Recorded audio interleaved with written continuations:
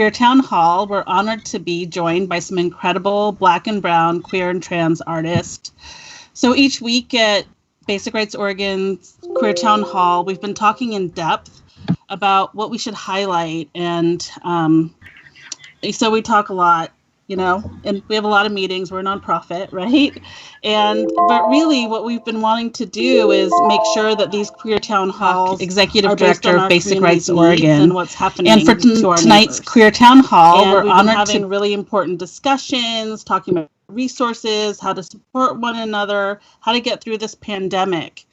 And it's been pretty intense, to say the least, and important and vital and also really intense. So I thought a few weeks ago, wouldn't it be fun to have a night where we have a breather and really just celebrate the beauty and brilliance of queer and trans artists and to talk about creativity. And then George Floyd was murdered by police, and there's been an uprising across the nation against police violence. And so we talked about whether it made sense to postpone tonight, whether it made sense to postpone talking about art and creativity. But as my 79-year-old friend Jerry is fond of quoting, in such ugly times, the true protest is beauty. And that is something I believe. So we wanted to keep holding this space for artists and to provide this platform so they can talk about their work, or really whatever the hell you want. This is your space. This is our space. So you can perform or don't. I know how tired I am as a person of color living in this world, and I know that's nothing compared to how Black folks are feeling right now and in this moment. So what I'm really hoping for tonight is having a conversation and supporting each other. And for folks who are watching, please ask your questions as YouTube comments. And everyone who makes a comment or donates to support the live captioning that we do for accessibility every week will be entered into a drawing for one of our awesome Protect Trans Kids tote bags. So with all that said, I want to get this conversation started. So I'm going to let folks introduce themselves, your name, your pronouns, anything you want to share about the work you do, and my weekly icebreaker, which is one thing that's good or positive you've learned from being at home so much during this quarantine. And I'm going to start with D'Lo. Yeah, hi everybody. My name is D'Lo. I go by he or they, and I'm an actor, writer, comic. A lot of my past history has been doing organizing in multiple ways, both in QTPOC communities and in South Asian circles, which is kind of what I ended up doing now as well, like during this time, during the pandemic time and during this uprising time. And you know, I've done a lot of, you know, I live in LA, so I'm kind of straddling the industry. So I have done some TV and film and acting things, but my love and my passion is in live performance and theater, and I do mostly stand-up and solo-based work. Thank you for that. The thing that I have learned the most, this is going to be a hard one, because as an artist, I end up creating, I use my home to create, but I'm surprised how well my partner and I are getting along. Go us. That's a good one. And I'll say samesies, you know, 24/7, and we still like each other. That's amazing. That's beautiful. Go queer That's love. awesome. So, yeah. I don't know if we like each other, but at least we're getting along. Good differentiation. Very nice. Leticia, you want to introduce yourself? Hey y'all, Leticia Griffin. My stage name is Candid Ramblings. I go by she and her pronouns. Sorry y'all, I live on a busy street. But I would say I kind of fell into activism after college. I studied broadcast journalism in my undergrad, degree. And then getting some experience in news at my university, I decided that news was not the place for me. I knew very early on about the illusions that the media can create through the way that they frame stories. And so I was like, I can't with a good conscience work under a syndicated news station. And so I decided to get my master's in communications just broadly, just to explore more, because it was something I really, appreciated. And so after college, I thought I was going to be a professional.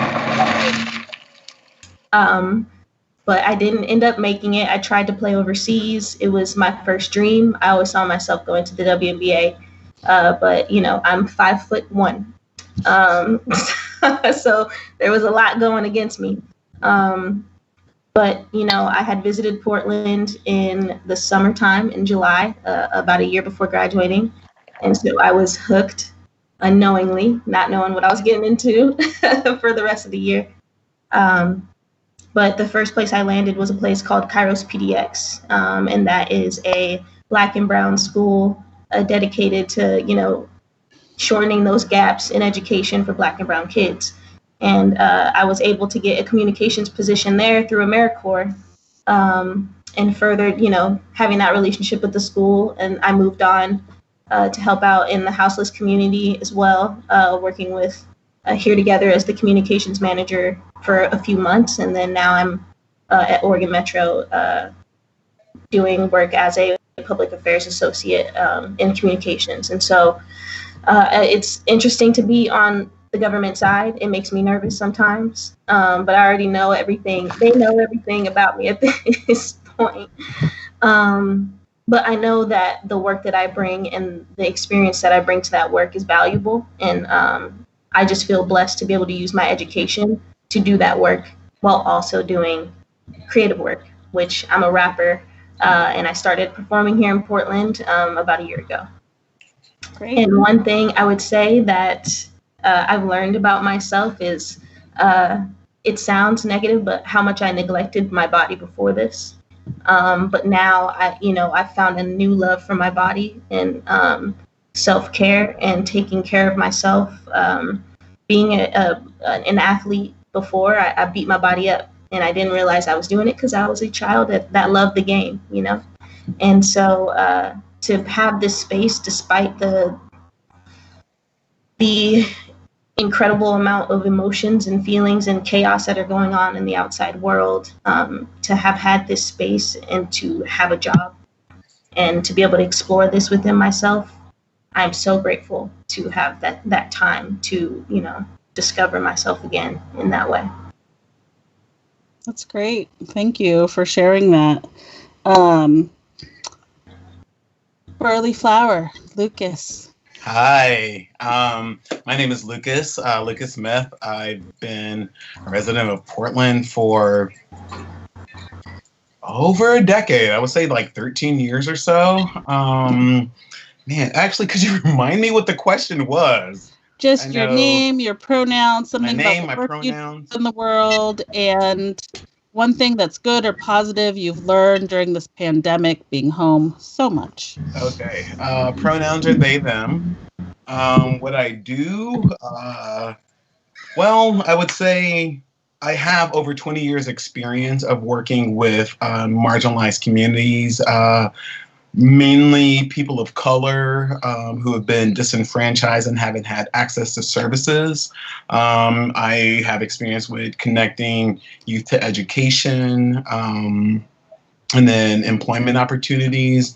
Long ago, I worked with a nonprofit and actually created a program called the Retail Industry and Sales Exposure Program that gave kids who were living primarily in the northeast area of Portland job opportunities, and their first job opportunities. And then those youth were hired at those businesses as well. So that was really awesome. Since then, I have moved on and I'm working with local government and working with seniors and aged persons and people with disabilities to make sure that they're within stabilized housing and get connected to medical and in-home services as well. So that's pretty much what I have been doing for a good amount of time while I've been here in Oregon. And I mean, social services, it's one of the things, like, I really do like helping people. I've said several times that I wonder what it would be like if I was good at math and like I turned out to be a carpenter or something like that. But I know that it's within me that I love connecting people to resources and giving people information so they're able to better themselves, improve themselves, or just make a connection. You know, if there's someone who's looking for someone to edit something, I usually know somebody who can help out in that situation. So I feel like I'm a bridge in a lot of ways. And what I've learned during this time, during the quarantine, is I like being at home. I really enjoy it. My anxiety has dropped so much not having to interface with people. My dog is constantly by my side from when I start working to the end of the day. She's actually banged up against the door a few times. It's like, why is Dad in this room and I'm not with him? So it's been kind of nice recognizing that. And I want to also echo what D Loco was saying, is that like my partner and I, we were worried. It was just like, okay, we really do like each other. Just to be in like one person's face for how many days has it been? You know, it's been pretty spectacular to actually see my relationship deepen regarding that, and know this is like, all right, cool. We're doing something right by being together. So I haven't made any sourdough. That's not what I have done though. So. Good to know. So thank you all for being here, and there's so much to talk about. I'm going to start with a question for D'Lo, because I think you said in a interview some point that comedy can be medicine for pain. And in this time, I feel like there's a lot of pain in the world. So given the pandemic, given what's happening on the streets, like, how are you, is there a way to locate comedy in any of this? How are you dealing? How are you finding that medicine? I'm not. Outside of the weird ass shit white people are doing, I'm kind of like, I don't even know. Like, I sometimes I'm like, there is so much, like sometimes it's fun to create comedy off of the absurdities that exist in human life. But right now it's like, it's not like a laugh, like, oh my God, can you believe this? Like, it's more like, do you believe this shit? Like, it's a, I don't know if I'm allowed to curse. I'm sorry in advance if there's. Yeah, no, please. Okay. So, but I do feel like there is joy to be had, and we, and especially like understanding that joy for Black people is like,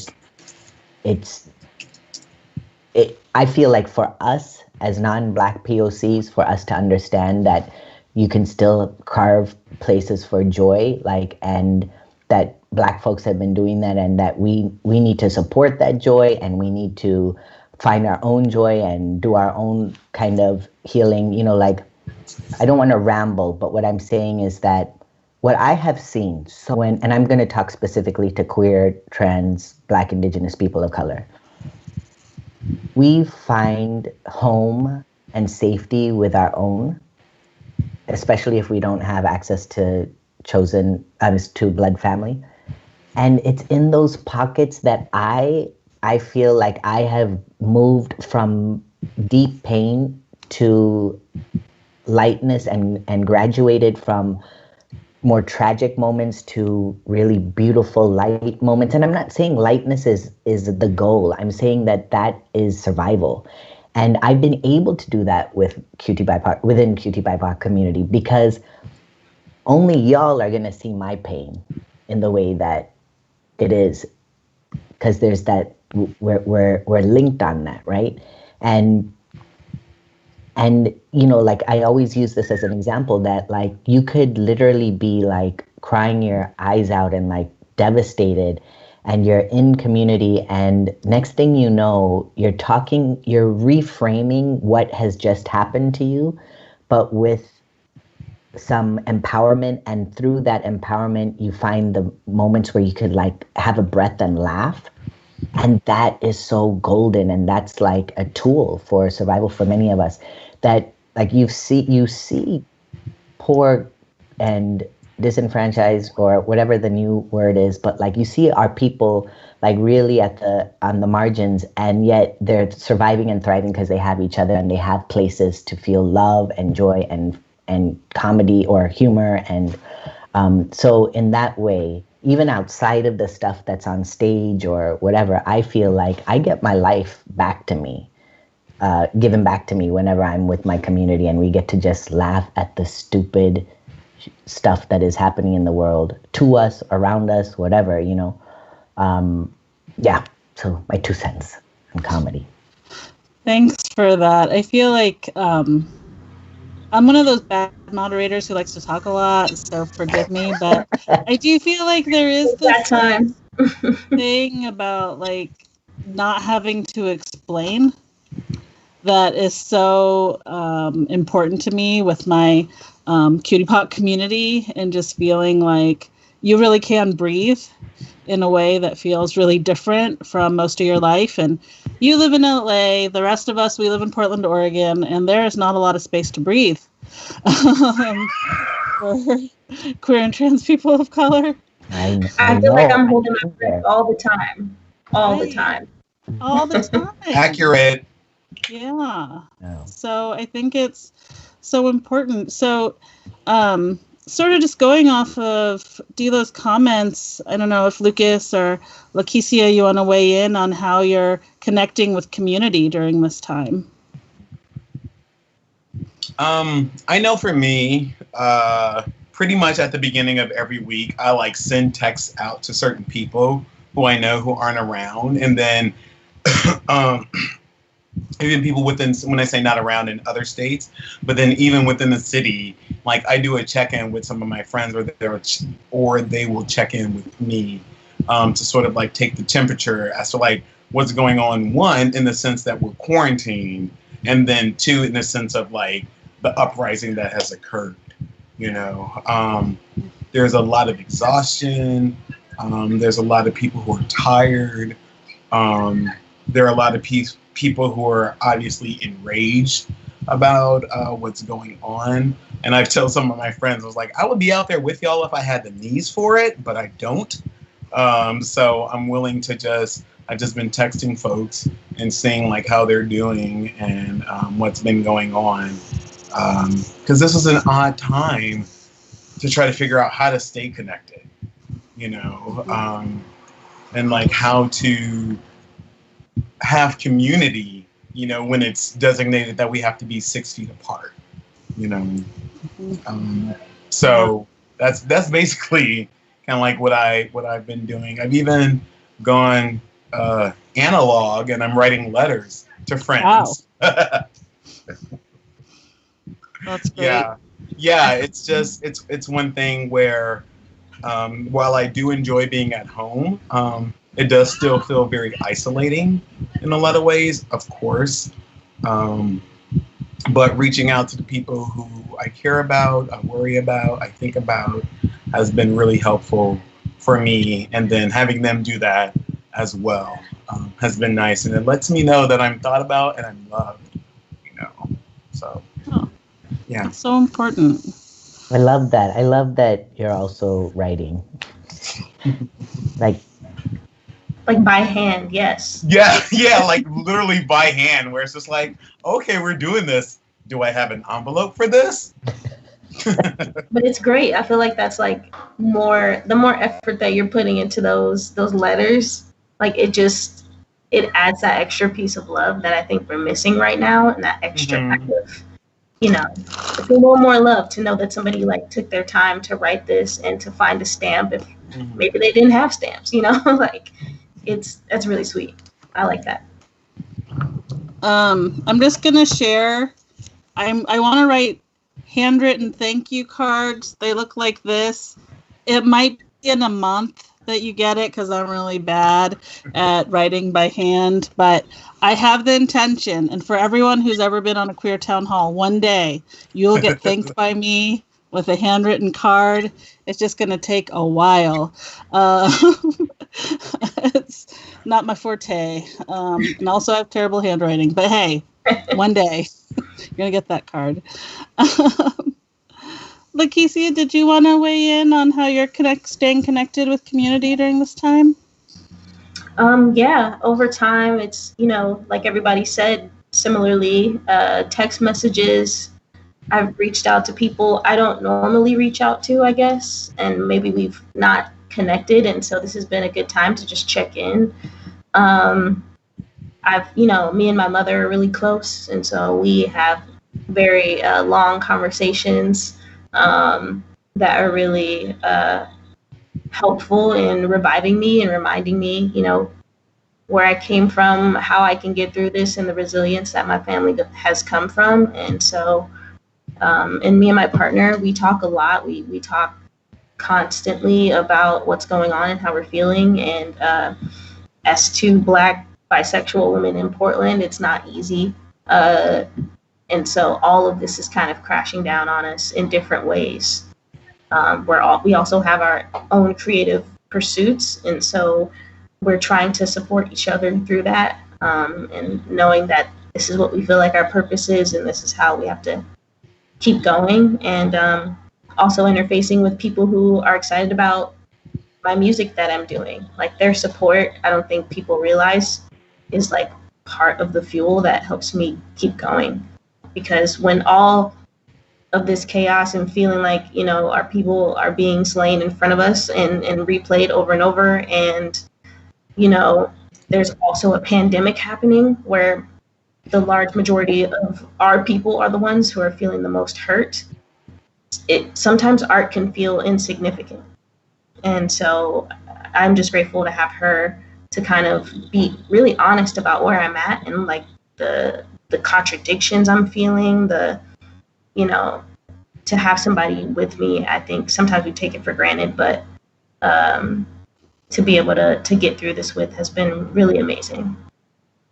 That's great. But yeah, I feel like contradictions is such a good word for like all the feelings of this time. It's like beautiful act of solidarity. The police did another terrible thing. Or like, oh, like righteous anger. Or is it like infiltrators? Like, who? Like, so many swirling thoughts all the time. So yeah, I feel like that's the perfect word for it. That's one of the things that I was thinking about, was like the fact that we're in a pandemic. We're in a pandemic, like a global pandemic.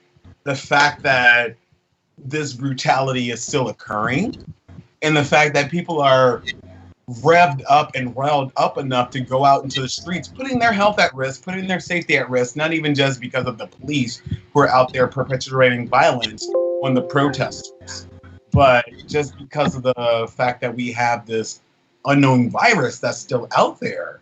It boggles my mind. Mm-hmm. Yeah, also like, oh, we're at home for 3 months and suddenly we're in crowds of 10,000 people. Like, what? Like, this is pretty mind-boggling. Mm-hmm. But I'm really thankful for people who are like, this is so important, we can't stay home one more minute. Yeah, right? Yeah. I'm definitely grateful for the people who are out on the streets, who are, sharing their voices and definitely occupying space around this. I think it's unfortunate. I think it's unfortunate that our mayor came back and sort of like finger wagged at everybody. It's just like, I'm really disappointed in you guys. Like, this was terrible. Like, if you had done something a few years ago, if you didn't show the complacency when like the Patriot, who is the Proud Boys and the Patriot Prayer, when they were occupying the streets, it could be a different story. But it's, we don't need somebody wagging their finger at us, saying like, shame on you. This is inconveniencing me. You know what's inconveniencing to us? Being killed every day, whether there's evidence or not. That's inconvenient. So do something about it. It's utterly frustrating, and it's just I don't know. I sometimes think of like, are we looking at the same information? Right. So I mean, yes. All of it. I mean, it's just like, there's so many times where like I'll get asked to do weird things like, will you support the city and the budget around the police? And I'm like, no, I will what not. Is it? It's over $267 million. That's over $250 million that they are trying to add to the police force. What about mental health services? What about people who are houseless? What about domestic violence survivors? Like, there are so many other things that you can put over $250 million towards. Right. I mean, I haven't done the spreadsheet for it, but I'm sure other people have. It just doesn't make any sense to me. It's like there shouldn't be. Yeah, I can go on, but just saying. Yeah. Follow the money. It's always about the money, right? Like these billionaires getting richer off COVID, and it's like you're don't have the decency to like donate. Like what? Like no one should be making a penny of extra wealth on this, right? Or like, ugh. There's just so much to talk about, you all. But I did want to, given who you all are, and I feel like, D'Lo, you talked about your organizing a lot, but you've gotten to work on some really amazing projects that are so important to the LGBTQ community, like Transparent and Sense8 and This Is Me, and just like you've gotten to do all this cool work with other trans creative people, which is pretty rare still. Can you talk a little bit about like how the pandemic and the sort of entertainment industry is kind of like shut down? What are y'all doing? Oh my goodness, it's all conversations. I feel like I hear from people every once in a while, like what the new sort of ideas that are milling around in the Hollywood industry are. I do know that a lot of people are taking this time to sort of like, well, actually in the pandemic, last week and this week have definitely been a different world in and of itself. But prior to that, people were really having the time to talk about what does shifting the statistics around who holds the highest positions as executives, which are predominantly white men and white cis men. And so a lot of really great sort of, I wouldn't even call it organizing. It's just been really beautiful conversations that are sort of empowering people to sort of think about how they go from project to production. But I don't even, I feel like I'm in a different sort of situation where at any given time I'm doing like community organizing and I'm doing my own work, and then I'm writing, and then I'm attempting to write things that will become like TV, film, this, that, and other. And pandemic, it was this that kind of took place with the community stuff. And this stuff isn't even really happening, the solo, like the stand-up and stuff, because, you know, people, like, you know, I don't know if you've been asked to do this, but they have comedy shows that are online, and people unmute so that they can respond to people, but it is not the same thing. But people are doing it, you know.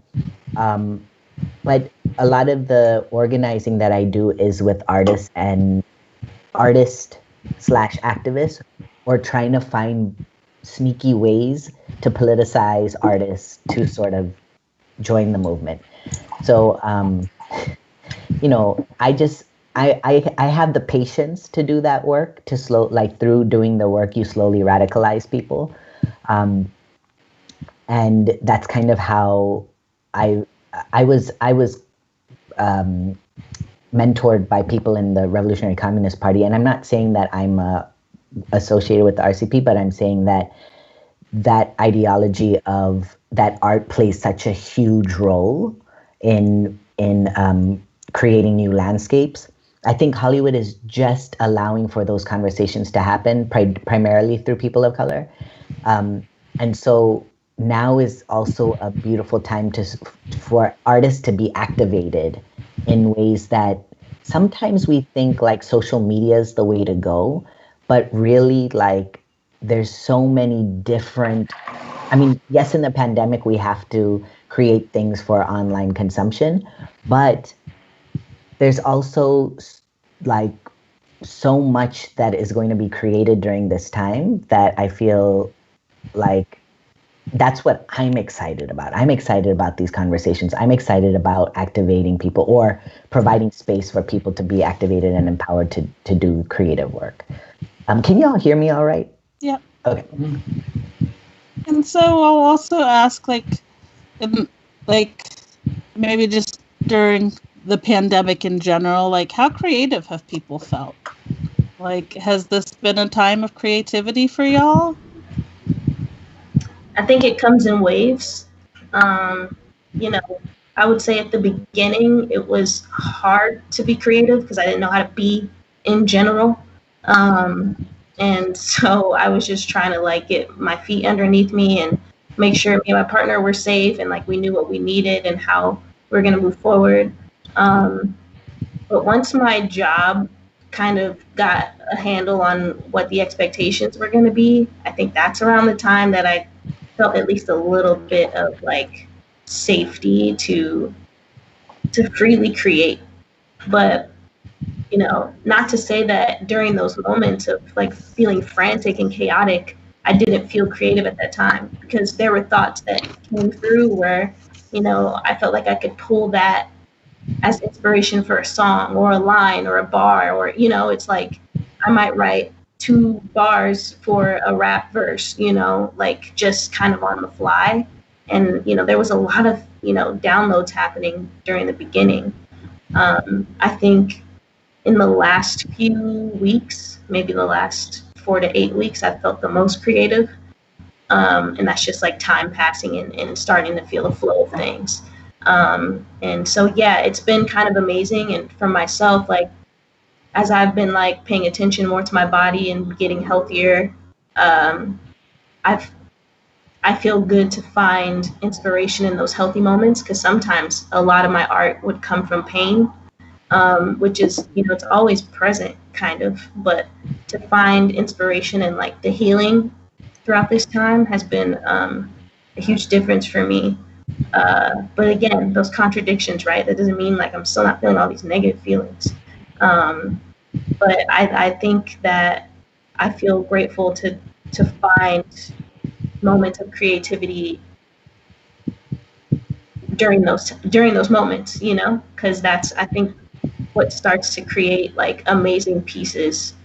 And those real feelings, those raw feelings, are what make up the movies and the TV and the books that we love most, the music that we love most.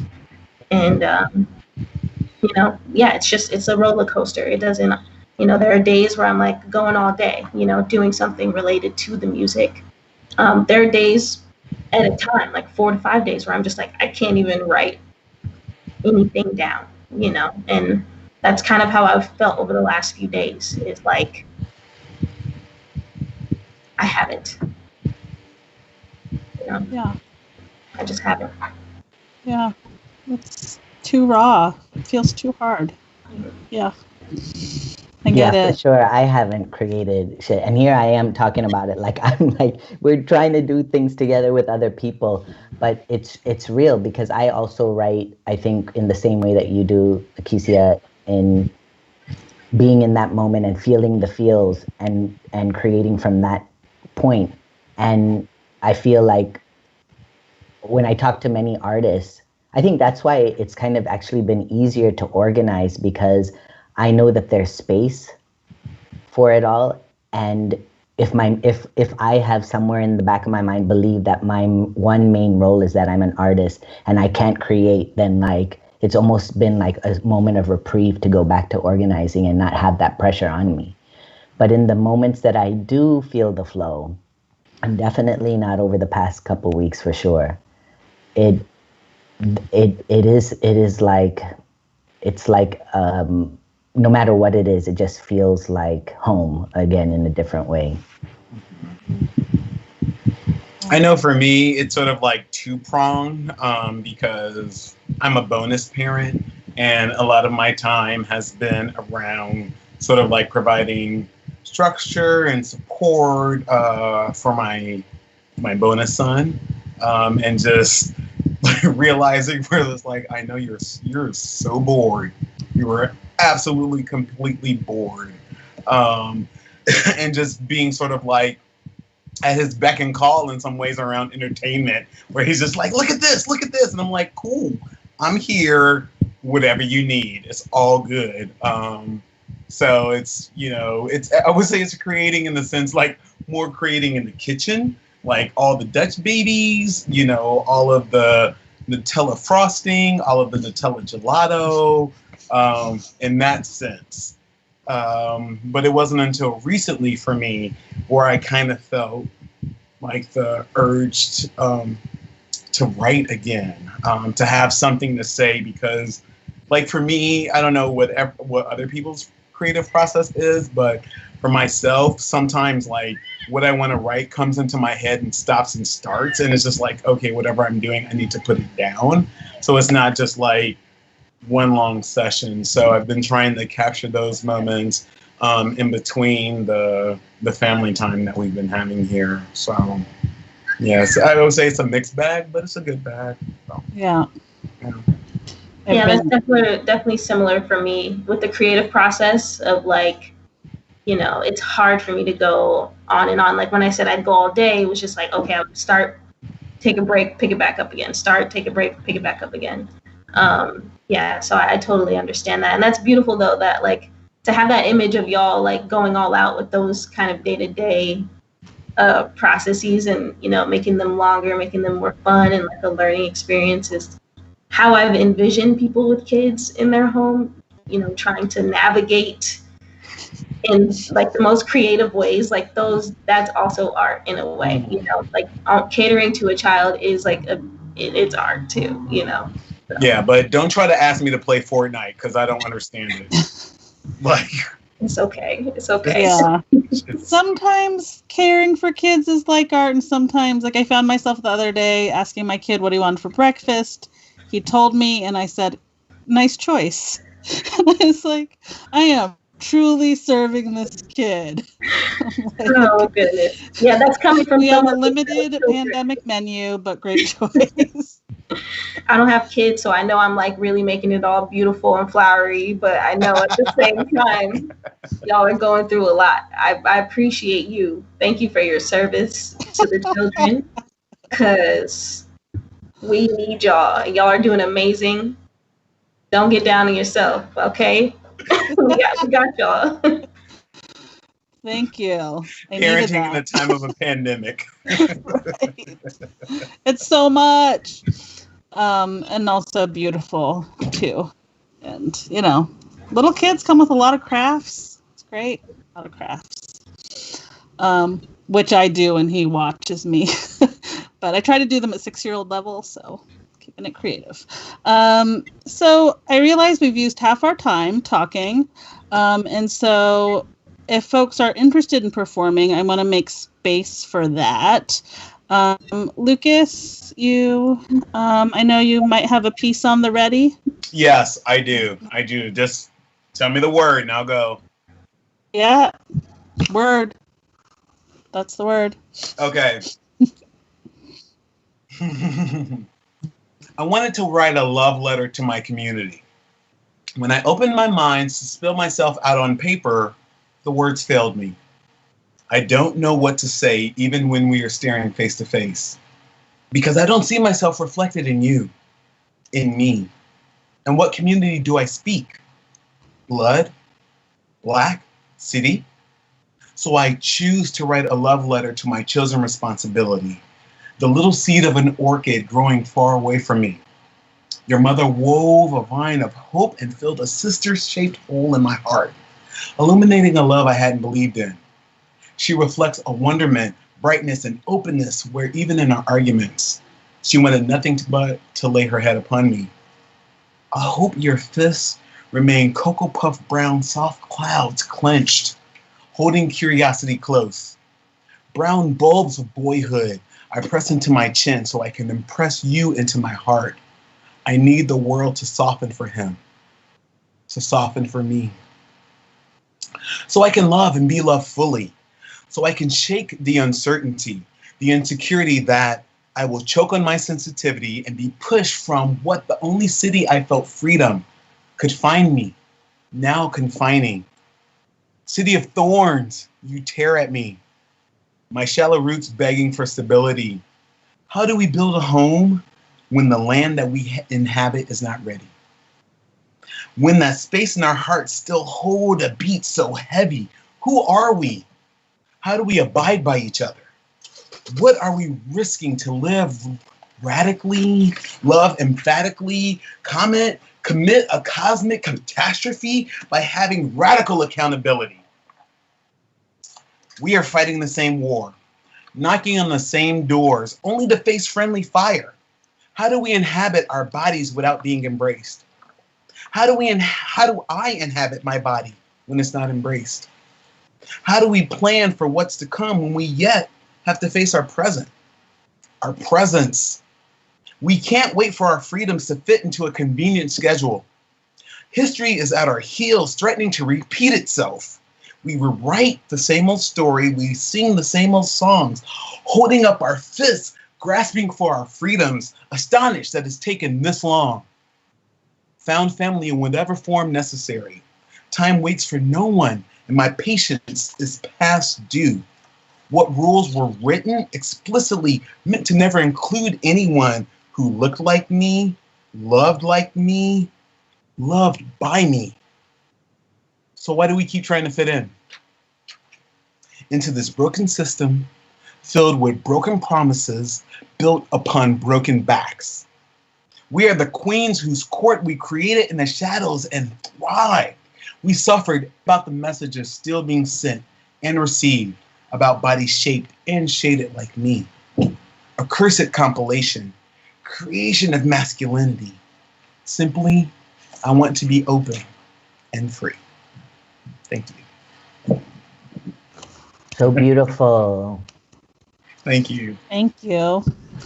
Thank you. And so many feelings. I'm just like, I think one thing that your words really brought up for me is just like how much I don't want to go back to normal, right? Like, what's can normal? We please can we please build a new world that isn't this shit?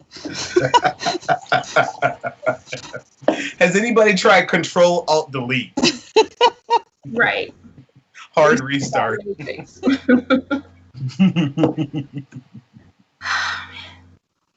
Yeah.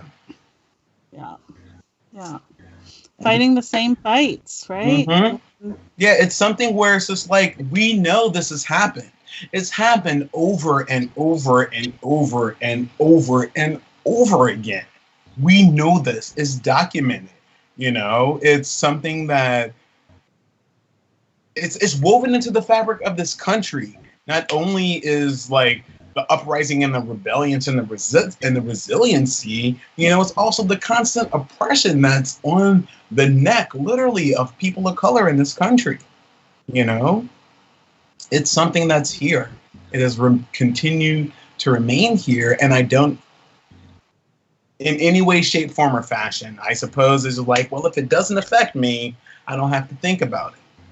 But if I've come into your home and you thinking this doesn't affect you, then like, don't invite me back in. Like, I don't want any part of that. So, right. Well, we want to go to no your part house of me anyway can be because free it's unless full of all of me Nutella. can be free. Sorry, Lucas. Also, I wanted to share there's a steady stream of hearts and thank yous for you. Oh, yay! I appreciate it. So I actually we got a few questions and a few comments coming in. And the first is, what are some ideas you have on how to resist going back to normal? Wait, what was? I don't think I heard you. My fan's too loud. Oh. Yeah. So the question for everybody, or whoever wants to take it, is what are some ideas you have on how to resist going back to normal? Have those conversations. Turn over that Thanksgiving table. You know, call up that relative where you know that they're racist, but you don't want to say anything. Make them uncomfortable. Get uncomfortable. Challenge yourself and your views. Who's in your friend group? Do they all look like you? Why? You know, it's something where, as people of color, as a Black person, you know, I'm looked upon as to educate in any way, shape, form, or fashion. I've had the same conversations I've been having since I was in college 25 years ago. But it's one of those things to just show how either people are exposed, they don't know, they don't care, there's something. Because I can't say that I've been on this earth for however many years and we haven't moved at all. You know, I think it's just like there's no excuse anymore to be inactive. Not saying that everybody has to go into the streets, but you can have a conversation, you can write a letter, some way, somehow you can wield power to make change. You think you can. I had a conversation with a friend not too long ago who didn't understand. She expressed that it was like a weird racism between like Asians and Blacks. I'm like, it's not weird. It's a product of white supremacy. You might not see how like y'all have been put up there and been thought to like look down at everybody else. But this was something that was created and we've all fallen victim to it, you know? So it's time to really get rid of that cataracts and see clearly as to like what's going on. We can't go back to normal. You can't be silent. You can't just like tisk or anything. It's time for action. It's 2020. Like it's perfect vision time. So you should be able everybody to listen clearly. to Lucas. Yes. I am feeling everything that you are saying, and you know, I always think about the conversation about queer people, like how there's a conversation with queer people, or okay, I don't know. I want to say this clearly. So the reason why the conversation on queerness or LGBTQ, however you want to call it, the reason why that conversation has moved forward is because everybody has a queer person in their family now, right?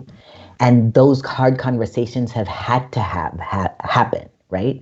And the reason why and so then people start opening their hearts up to queer peoples, and then things become easier, of course, first for white queer people, and then all of us are still scrambling to get recognized in other ways around our race, ethnicity, whatever.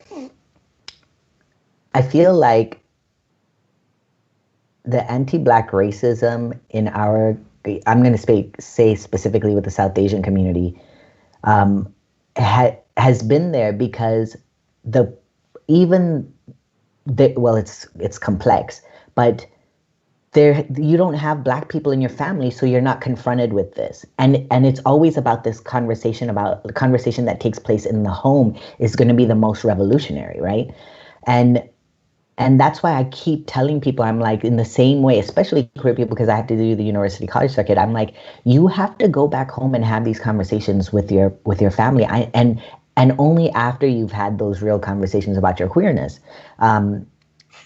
And that means every damn body, you know what I'm saying? And anyway, so that, and then I also think when you're talking about like Asian and Black, you know, the racial tensions between Asian and Black folks, it's like, I know that what you're saying about it being rooted in white supremacy is so damn real. And this desire to be aligned with whiteness. And Nancy, you were talking earlier before we got on about like our proximity as darker skinned people and being racialized as Black. And I'm talking about certain people, like specifically darker skinned South Asians, and how even within that, we haven't even had conversations. I haven't had conversations with enough people about how we will go into spaces, work our hardest, aspire to be white or aspire to be, let's say, accepted, right? And the same things that are in the back of our heads that say, why I'm doing everything that I'm supposed to be doing, and yet I'm still not getting in that door. I'm still not, that's all playing in our own psyche. So like, don't tell me that you're doing fine when you come home angry, you come home, you get what I'm saying? Like your mental health is suffering because there's something else that you're not addressing, which is the fact that you've bought into something and it's not serving you, Yeah. So, but yeah, like I'm really trying to do that work. I think I've always kind of done that in my work, but organizing wise, I was like, okay, like, I feel like LA's been kind of, we had a lot of great organizers doing a lot of work, and like everything good, there's always something that gets in the way and dismantles or disrupts the good work. And just sitting here trying to fucking do work in our community so that the shit does stop, so that you can stop writing those poems and you can start writing about Nutella. You know what I'm saying? Or take the time out to just play with it, eat it. You know what I'm saying? I want to write about Nutella. That was I want that for you too. I'll dedicate it to my bonus son too. It's his favorite, like, hands down. Yeah, I totally agree with all y'all. And me. sorry, I didn't mean to. No, my bad. I agree with you both. I think another thing that folks can consider is just to not wallow in guilt for too long. For, whether you're wallowing in your guilt for your ancestors or your own guilt for the way that you've treated Black people or not listened to Black people, rather than asking them to prove that they know that you know that this is wrong, just do what you're supposed to do. There's this quote from Audre Lorde. I had to bring it up because it's always stuck with me, and I can't say that I have all the right things to say, and so many people have said so much already on this. But it'll be really quick. It says, anger is an appropriate reaction to racist attitudes, as is fury when the actions arising from those attitudes do not change. To those women here who fear the anger of women of color more than their own unscrutinized racist attitudes, I ask, is the anger of women of color more threatening than the woman hatred that tinges all aspects of our lives? It is not the anger of other women that will destroy us, but our refusals to stand still, to listen to its rhythms, to learn within it, to move beyond the manner of presentation to the substance, to tap that anger as an important source of empowerment. I cannot hide my anger to spare you guilt, nor hurt feelings, nor answering anger. For to do so insults and trivializes all of our efforts. Guilt is not a response to anger. It is a response to one's own actions or lack of action. If it leads to change, then it can be useful, since it is then no longer guilt, but the beginning of knowledge. Yet all too often, guilt is just another name for impotence, for defensiveness, destructive of communication. It becomes a device to protect ignorance and the continuation of things the way they are, the ultimate protection for changelessness. And I couldn't have said it better myself, honestly. Yeah. That is, just check yourself and move forward with us. It is that simple. It is that simple. Mm-hmm. I love that. And that's, which book is that from, Leticia?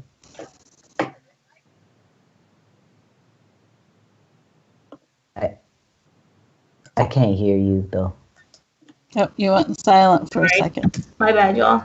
It was a speech she'd done in June 1981 at the National Women's Studies Association conference.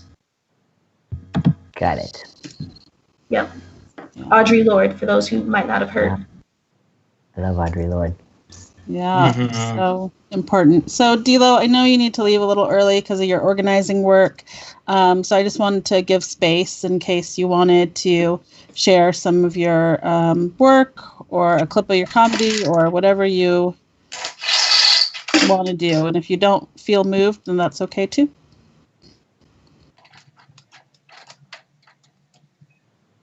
Oh, you went silent.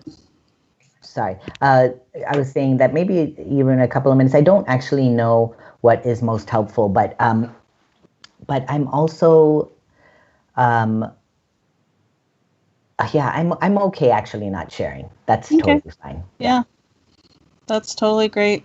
Fine. But I do want to give space if people do want to. So, Leticia, did you want to still share your song?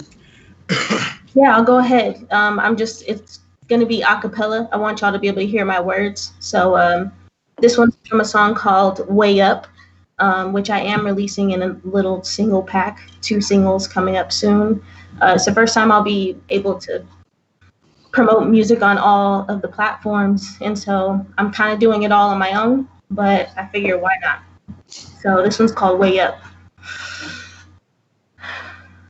Bear with me, y'all. Even if my voice shakes, I'm still going to share. We got you. Yeah, you're perfect. I search for remedies like a game of chess, strategize, thinking I can paralyze my own stress, trying to do my best. Maybe green is all I need, but it's got me looking for speedy gratification of my dreams. Couldn't even tell you what I'm really looking for. So many talents, they get wasted and left at the door. Jealous of the space occupied in my mind, gentrified by the crimes against my people and my time. Listen, I'm here to break the cycle. Tired of being lied to. Feeling the pressure, wanting some answers. Tired of being idle. Running away from my own conscience and external nonsense. Third eye blockage holding me hostage, drowning myself in knowledge. The more you know, the more you feel. That's why they playing dumb. They can't reflect, so they deflect and turn to hurt on us, thinking of a blacker plan. Fuck the master's plan. All we were left with was death in our hands. And so I reject the narrative that it's imperative to follow rhetoric that keeps us buried in cognitive impediments. Spiritual heretic questioning everything. Fully half homosexual, claiming both of my wings. Yep. Here I come. Oh, yes, I'm back again. It's Tuesday night, and yep, I'm staying in. Y'all thought this was just a hobby, huh? Honestly, same, but I've been quiet enough. I'm running with it, flipping the script and killing them softly. Extroverted introvert, open up to the world, even though it cost me. They say I embody peace, but I have no idea what I see. They watch us die in the streets, but the screen muffles the screams. No real grief when people in need. Empathy's been overshadowed by greed. Black bodies only love conditionally. Can't cure colorblind to really see me. Look, slick with the pen, but been scared to let it flow freely. But my freedom lies in my words. They bring me healing. Even if you don't hear me, I'm here giving you my wisdom, shining light on the system, storytelling with rhythm, trying to carry my weight, but been nervous to shine. Can't stay hidden for comfort. Gotta leave that behind. It's time. Way up. I'm way up. Open up your eyes if you brave enough. We got the juice, y'all ain't sipping yet. Black is the movement, we live in it. Way up. Way up, way up, way up. Open up your eyes if you brave enough. We got the juice, y'all ain't sipping yet. Black is the movement, we live in it. Way up. Flashback to 93. C walked out the womb. Hashtag the black of the baby, the real of the blues. My mom said, just do your best, forget the rest, still no views. I'm not mad, just had to finally take control and unmute. Why do I fall into stereotypical blackness? Played ball in a past life, now I claim I could be a rapper. Made the fibers back up to stack up. They twist our fate, call our genius mundane. But our essence ain't accepted unless y'all wear our traits. Love the mask more than face. Can't stand to see truth in our roots, so you could have set the base with no shame. Forget it, we won't be moved. Wait, end this on the daily, so fall back. My dreams so lucid, when I nap, I can't slack, believe that. Listen, pay attention real closely. Y'all don't got the answers sway legends to OD. Blessed if you actually know me. Shout out to my crew of homies who saved me from my lonely, showed me what my soul needs, hold me down when I'm out, overthinking was my major. Pray to God I will make it out the pros to be my stage, but I'm more than a player. Took me out the game, said this ain't your only way up. I made it, I'ma speak it to existence, I'm proud. Manifesting in the present, cause the future is now. Every step is just a portal to the next round. Every second is a blessing, hope you claim your crown. Every step is just a portal to the next round. I was lost, I'm found. Find your way through the crowd with my sound, I'm way up. Thank y'all. Yay! Wow. Yes. And you know what I love is somebody is in front of you throwing their fist up and like just whoever's over there, they're feeling it. You see their reflection in that piece in the back, and it is so dope. That is right. That's my partner. That's like it felt like a concert. That was amazing to see. So beautiful. Oh, I love that so damn much. Oh, thank you for your rhymes. Thank you. It's so great. I was like, I've only known you for an hour. Why do I feel like a proud mom right now? I think my mom's watching, so she's probably proud too. She knows how quiet I was, so to see this. I know my mom's watching. Great. She's texting me. Thank y'all. Thank y'all for giving me the space to share. I want to say shout out to Rye Brown because he suggested me for this, and me and Rye worked at Kairos, so it's community is what brings us together, and I'm just so grateful to be here with y'all because everything you've said has resonated with me, and it gives me peace to know that we are on the same page because there's a lot of noise out there, and it's hard to sift through. And honestly, I feel like a lot of messages are being silently siloed right now. Even through like algorithms and all that kind of stuff. And so just truly thank y'all for this moment. I really do appreciate you. No, thank you. You got a fan in me for sure. Yeah, and you're getting all the hearts, all the heart emojis showing up on the YouTube. Lots of amazings. So thank you for sharing. It's really awesome. Yeah, really incredible. Beautiful work. Thank you. Whew, that's awesome. It's really great. And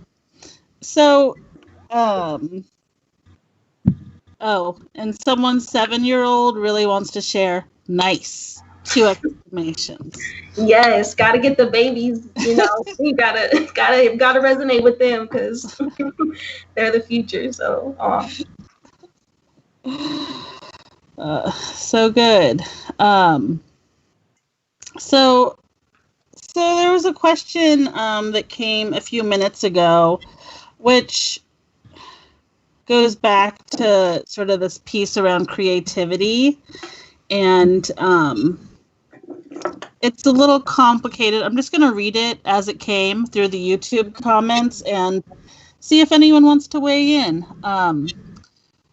Can creativity be part of the emotional and psychological processing of all that's going on, including COVID and protest against police brutality? Yeah. Yeah, sure. Short answer is yes. Yes. Mm-hmm. Yeah, I think it is. I think if you really tune in to where you are and are able to record that, I think that's significant right now.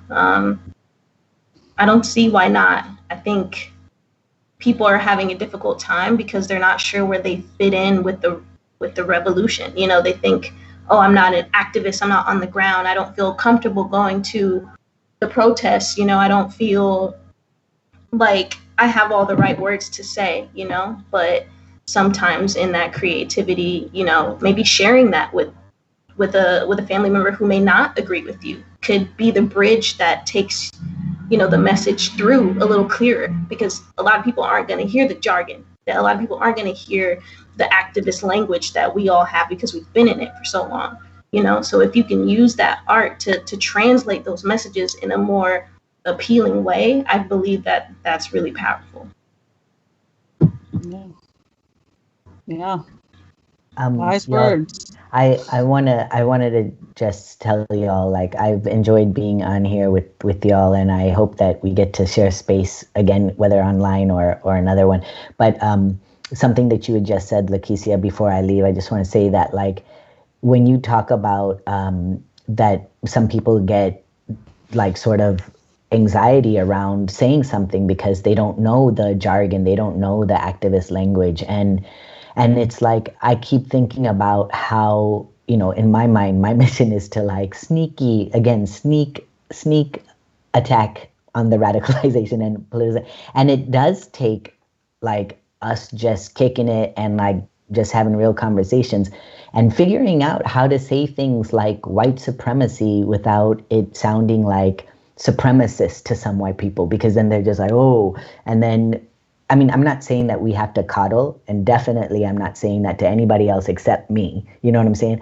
But what I'm saying is that I keep thinking about how we're going to engage even our own people, not necessarily like white people. That's not my battle. You get what I'm saying? And so even in that, I know that a lot of people, and just doing this meeting that's coming up, the South Asian artists for Black Lives, I know that some of them have been already writing saying like, I need to like process some things, and I need to figure out some things, and I don't know where I plug in, and I don't, I want to, but I don't, and that guilt that we were talking about, and all of that is just enmeshed. And I'm like, yo, it's chill. Like, I stick up for you, you stick up for me, and we call it a day, like it's what it is. But to more of that, and I have to step out so I can attend this meeting, but I'm just sending y'all a whole bunch of love, much love to Basic Rights or Oregon, and Nancy and Leticia and Lucas and J Mace for giving my name over, even though I know you, Nancy. I just also wanted to shout out J Mace.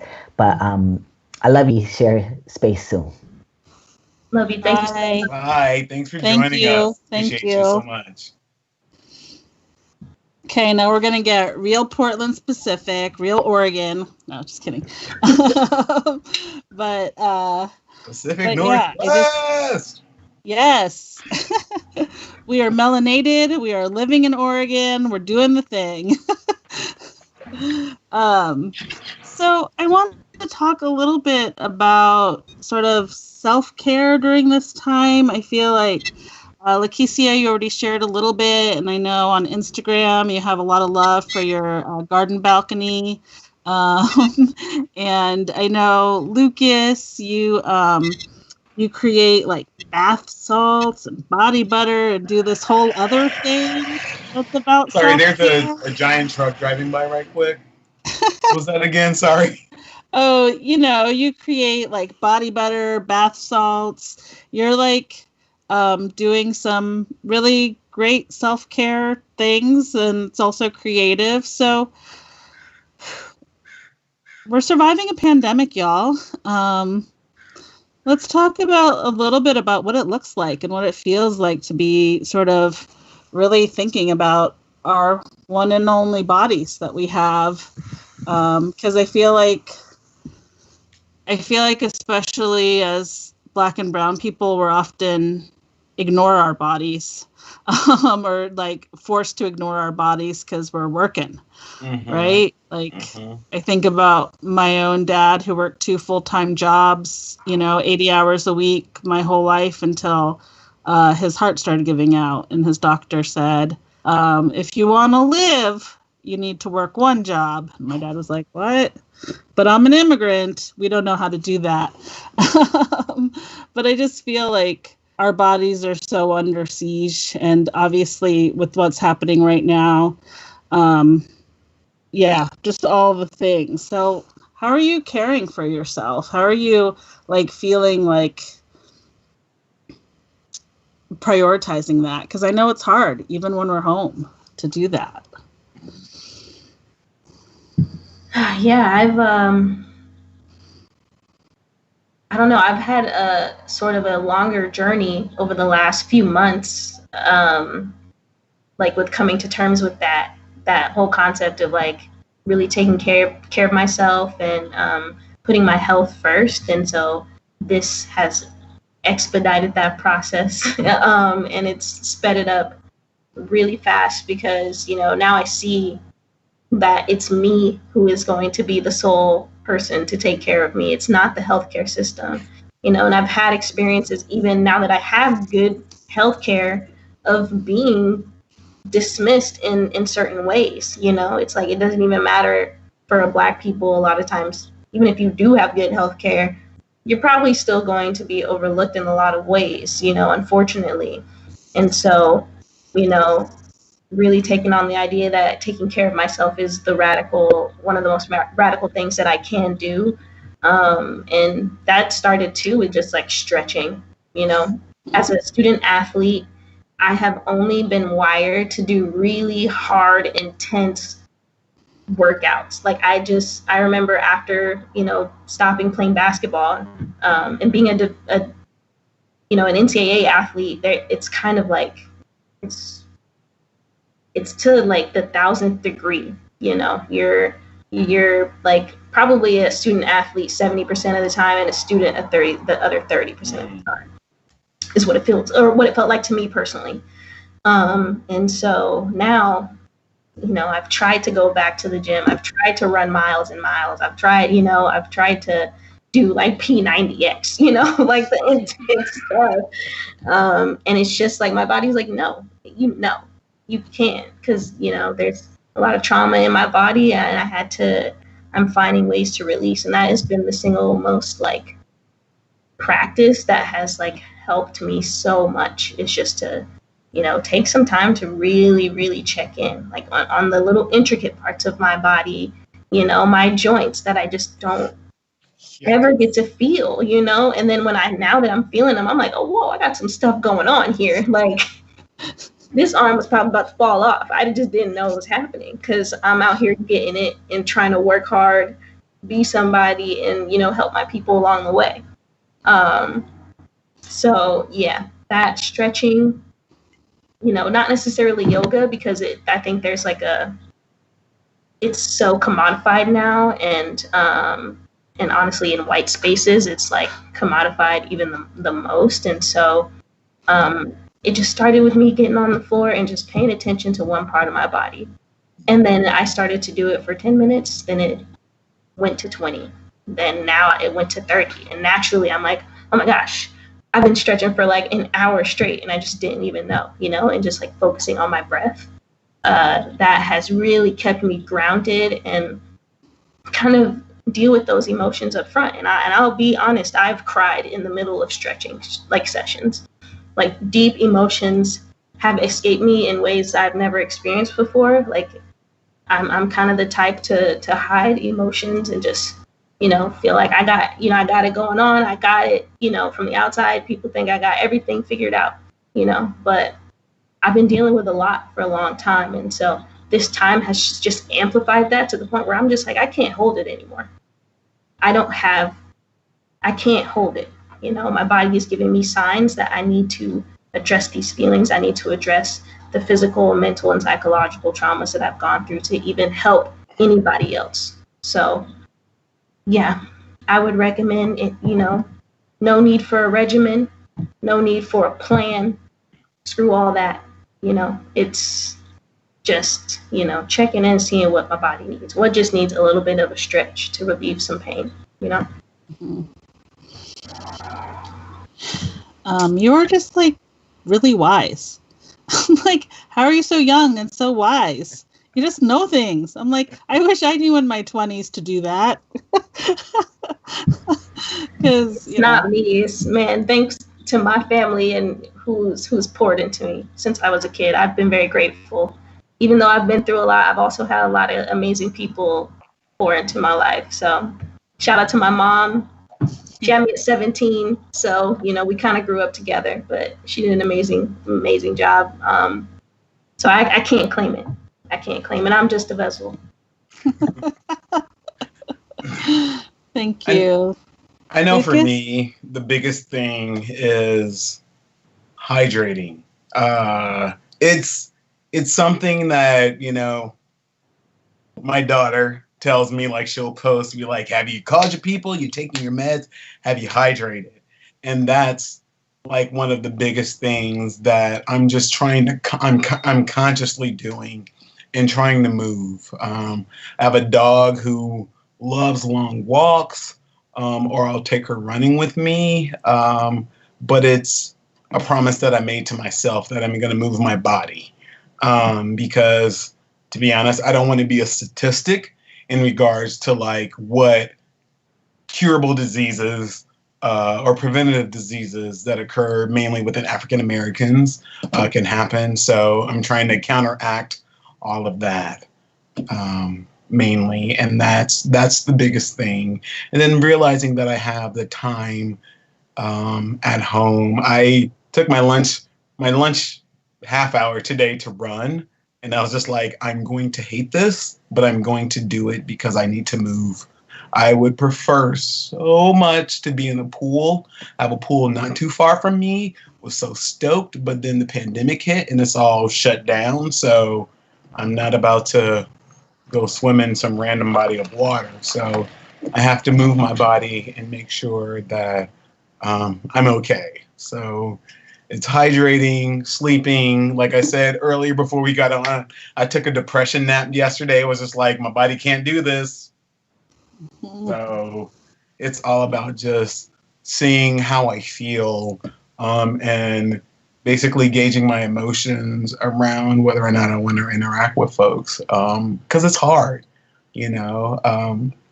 I found myself last week just spontaneously crying throughout the day when I think it was the day that that George Floyd. No, it was like 2 days after he was killed, and I was thinking about my bonus son and was just like, if something takes me out of his world, how will he feel?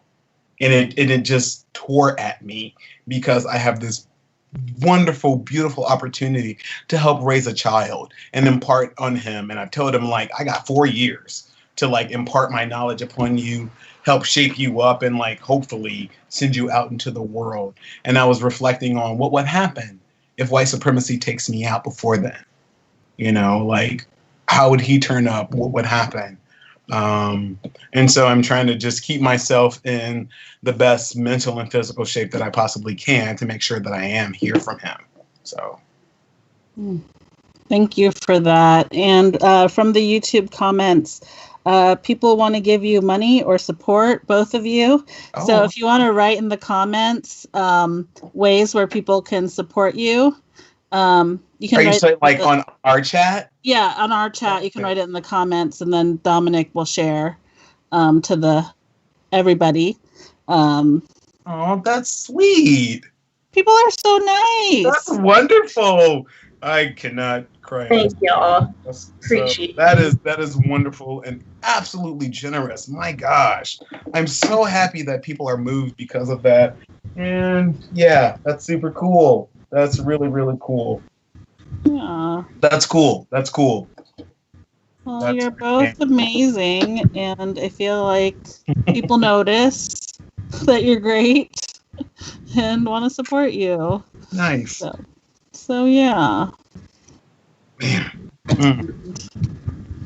I got all the links right here. All right. Dominic will put those into the YouTube comments so people can see them, or otherwise broadcast them. I don't really know how it works. But and then just a reminder for folks, for if there are questions and comments that they want to share. We have a nice one that actually came in at 6:31 because she's that on the ball. But Malo, who's a great organizer, love Malo. Malo is amazing. Right? Malo is absolute. Shout out to Malo. Malo has been holding it down and is like an ally and an accomplice in so many ways. She's amazing. She is amazing. Also, Cutie Pie, queer and trans Pacific Islanders. It's like the best little acronym ever. Cutie Pie. Who doesn't want to be Cutie Pie? Of course. Anyway, she just 30 seconds into you all talking, she just wanted to thank you and for sharing yourselves with us tonight. I feel blessed to see and hear from you. Thank you, Malo. Appreciate your support so much. It's been an honor. Thank y'all. Yeah, and so, Malo says I love you back. So we only have a few minutes left, but I wanted to just really think about, like, we're here together. We have, like, I feel like basically white people who, let's be frank, are mostly the people who are watching, are always asking, but what can we do? Right? And so, like, we sort of started having a little bit of this conversation earlier because I do think a lot of what you said already around, like, have the hard conversations, be uncomfortable, really matters. But I also feel like if there's organizations you want to, like, give a shout out to, or, like, you know, like, anything you want to share about, like, what people in this moment can be doing to support communities of color, especially our QTPOC communities, because I feel like there's a lot of desire right now, right, to, like, recognizing the problem, and especially supporting Black, queer, and trans folks in our community. I want to personally just give a shout out to Ori Art Gallery. Like, that's Black and queer owned. Like, they have been amplifying the voices of Black and POC artists to, like, get outside of, like, the whole white cube thing. You know, it makes it accessible, it's expressive, it's diverse. So I really appreciate that they've been able to create that space in, like, one of the most gentrified neighborhoods in Portland, Mississippi. So they're over on Mississippi supporting Black and POC artists. So I would say check them out for sure. It's a great one. Yeah, I totally agree. I would say Don't Shoot Portland is a great organization to start with. You know, they've been doing this work on the ground for a very long time now. And so, you know, trusted Black leaders in this fight. And so I would say donate to them, and also follow their Instagram. I believe it's Don't Shoot PDX. I think it's Don't Shoot PDX. I'll double check that just to make sure. But yeah, I think they're a great place to start in terms of if you want to get educated on, like, the more local conversation. Yeah, and, you know, open up your pocketbooks and your wallets if you believe these protests are indeed valuable and helpful and necessary to spread the word. It would be great if you could donate to the Portland Bail Fund as well, to help those folks who are peacefully protesting. They are, you know, and despite what the media is portraying, they're going to portray 90% of the time the looters and the folks who are not really being in solidarity on the street, but they are not the representation of the majority of folks who are protesting. So you can open up your wallets for those as well. There are plenty of lists out there. But again, I think Don't Shoot Portland is a great place to start.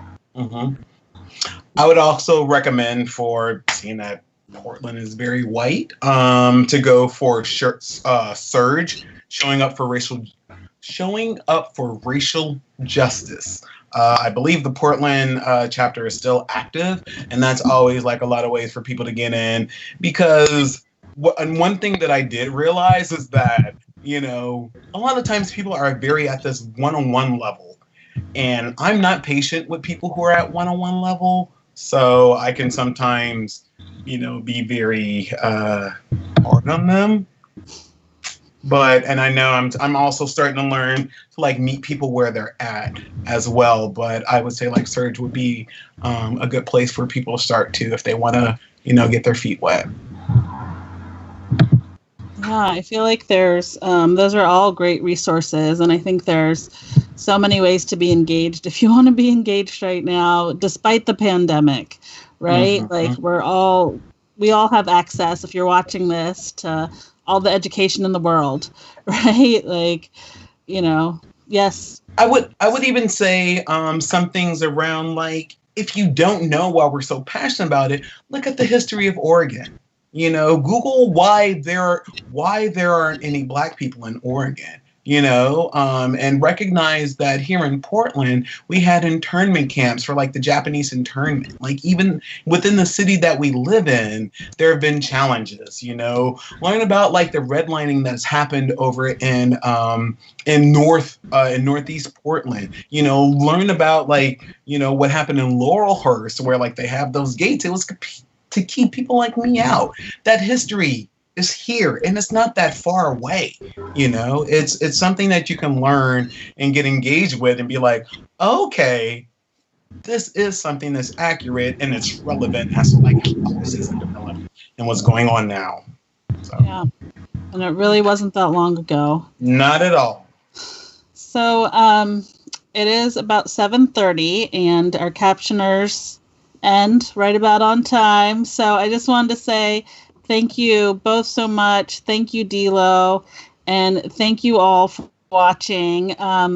Next week's Queer Town Hall will be a replay of our luncheon, which is going to be next Tuesday, Oregonians for Equality. It's going to be amazing. 12 o'clock. It'll be broadcast, but you can also watch it at 6 p.m. on Tuesdays. We'll still keep you company over the dinner hour and a half. So thank you all, and just really, just feeling so much gratitude. And get out. Sorry, that's my partner. I can't see it. I can't see it. Dominic. Well, I have to text it. I'll just Okay. break the fourth wall. This is Dominic, the producer. Melissa, you've won our raffle for the evening. It looks like we've got your info, so we'll be sending you a tote bag in the mail. Thanks so much. Congratulations, Melissa. And thank you all. Have a good night. Thank y'all. Bye. Good night. Appreciate you.